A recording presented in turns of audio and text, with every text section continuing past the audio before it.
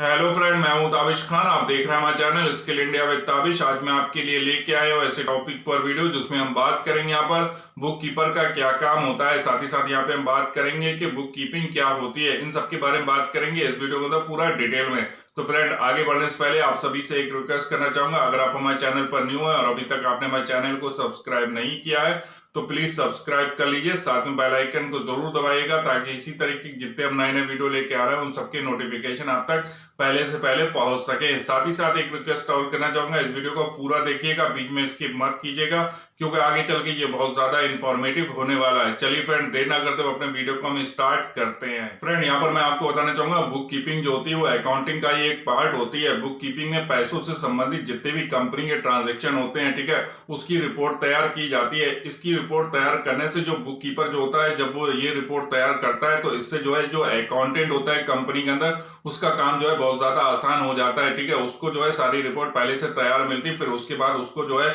उस रिपोर्ट को बस वहां पे फीड करके उसका जो है जो डेटा होता है, ठीक है, उस डेटा को सेव करने के बाद फिर उसके ऊपर वर्क करना होता है। तो वहां पर जो डेटा का सिलेक्शन होता है, ठीक है, जितना भी वहां पर डेटा है, ठीक है, उसका जो वहां पर सिलेक्शन करना है, ठीक है, उसको जो छांट के निकालना होता है, ठीक है, उसको जो एनालिसिस करनी होती है, सारी चीजें जो है वो बुक कीपर वहां पे करके दे देता है। ठीक है, उसको सीरियल वाइज लगा के, ठीक है, सारी चीजें वहां पे मेंशन करके देता है। ठीक है, तो उसके बाद जो अकाउंटेंट होता है उसका वर्क वहां पे आसान हो जाता है। फ्रेंड, यहाँ पर मैं आपको फॉर एग्जांपल बताना चाहूंगा, जैसे मान लीजिए टीवी के रिमोट बनाने की कोई कंपनी है जो रिमोट बनाती है, ठीक है, तो मैं यहाँ पर आपको बताना चाहूंगा कि रिमोट बनाने के लिए जो कंपनी को रॉ मटेरियल की जरूरत होती है, ठीक है, जितना भी रॉ मटेरियल बाहर से वो खरीद के ला रहे हैं, ठीक है, उसके बाद में जो मशीन है, ठीक है, जो मशीन का एक्सपेंसेस है, जो लेबर की कॉस्ट आ रही, ठीक है, उसको बनाने में, ठीक है, जो उसको बनाने में जितनी भी चीजों की कॉस्ट आती है उन सबकी जो है जितना भी कॉस्ट का जो है ट्रांजेक्शन से रिलेटेड, ठीक है, जितना भी पेमेंट वहां पे होता है, ठीक है, जितना भी वहां पर जो वर्किंग कैपिटल में से जो भी इन्वेस्टमेंट वहां पर हो रहा है, जितना भी खर्चा कंपनी का आ रहा है, ठीक है, उसका जो लेखा जोखा होता है जो है फ्रेंड रिपोर्ट तैयार करना। साथ ही साथ मैं आपको यहाँ पे बताना चाहूंगा, जो रिमोट जो है बन के तैयार हो जाता है फिर वो सेल होने के लिए मार्केट में जाता है। ठीक है,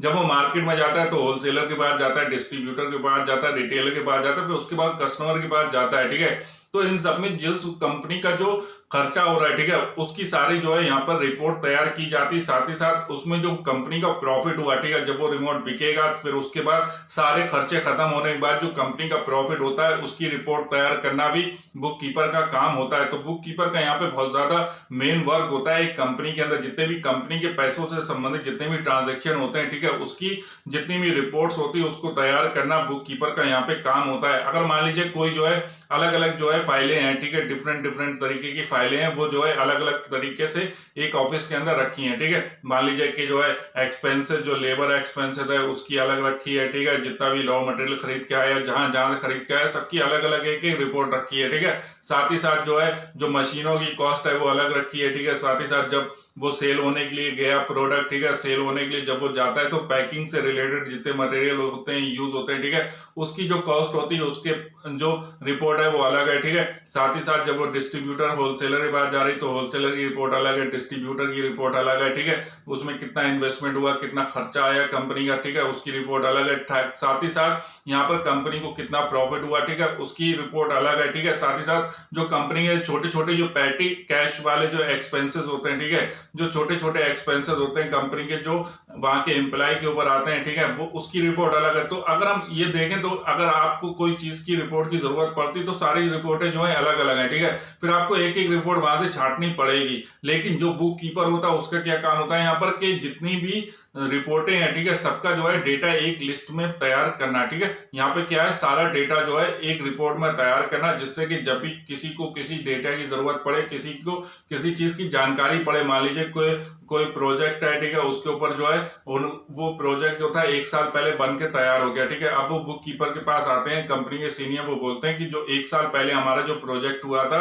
उसमें कितना कंपनी का खर्चा आया था, कितना कंपनी को प्रॉफिट हुआ था, ठीक है, इसमें कौन से एक्सपेंसेस हुए थे, ठीक ठीक है, उसकी रिपोर्ट हमें निकाल के दो, ठीक है। तो जो बुक कीपर होगा वो फौरन वहां से रिपोर्ट निकाल के दे दे, क्योंकि उसके पास पहले से वो सारी जानकारी उसने सेव करके रखी होती है। तो बुक कीपर का यहाँ पर यही मेन काम होता है कि जितनी भी कंपनी के अंदर पैसों से संबंधित जितने भी ट्रांजेक्शन हो रहे हैं, ठीक है, उन सबकी रिपोर्ट तैयार करके अपने पास रखना, ठीक है। साथ ही साथ उसको जो है अपने सीनियर को सेंड करना, जिससे कि कभी भी उस रिपोर्ट की अगर जरूरत पड़ती है, ठीक है, तो उस रिपोर्ट को फौरन निकाल के दे देना, ठीक है, उससे जो है वो रिपोर्ट से हेल्प मिल सके, ठीक है। तो इसके लिए बहुत ज्यादा जरूरी होती है बुक कीपिंग का काम, ठीक है। तो बुक कीपर का काम यहाँ पर बहुत ज्यादा जरूरी होता है एक कंपनी के अंदर, और बुक कीपिंग बहुत ही ज्यादा जरूरी होती है। बुक कीपिंग के अंदर सभी तरीके के जितने भी ट्रांजेक्शन होते हैं पैसों से रिलेटेड, ठीक है, उन सबका डेटा जो है वहां पर संभाल के रखा जाता है, उन सबकी रिपोर्ट तैयार करके रखी जाती है। तो यहाँ पर मैं आपको बताना चाहूंगा, जितना भी, जैसे मान लीजिए जो मैंने फॉर एग्जांपल दिया था, रिमोट बनाने की कंपनी है, ठीक है, रिमोट बनाने में जितना भी रॉ मटेरियल लगा, लेबर लगी,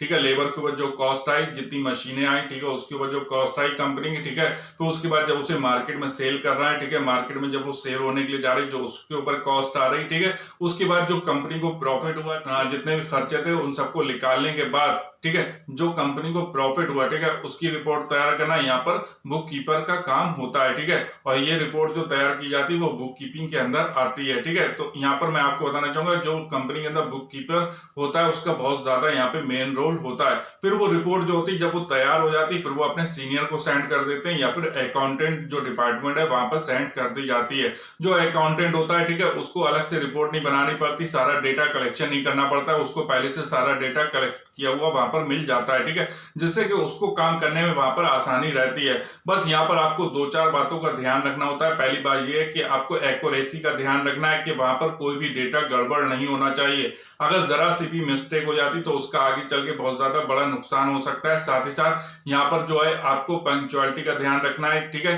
कि जो भी आप काम कर रहे हैं वो पंक्चुअल होके करें, एकदम से जो है जैसे आपका नंबर वाइज आपको काम मिलता जा रहा है वैसे आप करते जाएं, ठीक है, उसमें जो है कतई ढील नहीं देना है, ठीक है, इस बात का ध्यान रखना होता है। साथ ही साथ यहाँ पर जो है जितने भी आप जो है फॉर्मेट बना रहे हैं, ठीक है, वो अच्छे वे में फॉर्मेट बनाए, अच्छे से फॉर्मेट बनाए, क्लियर फॉर्मेट बनाए, जो देखने में भी सही लगे, और जब कोई उसको सर्च करे, वहां पर कोई डेटा सर्च करे तो आसानी से वो सर्च हो जाए, ठीक है। साथ ही साथ यहाँ पर जब आप डेटा एंट्री का वर्क करते हैं, ठीक है, तो उसको जो है जो टाइमिंग है उसका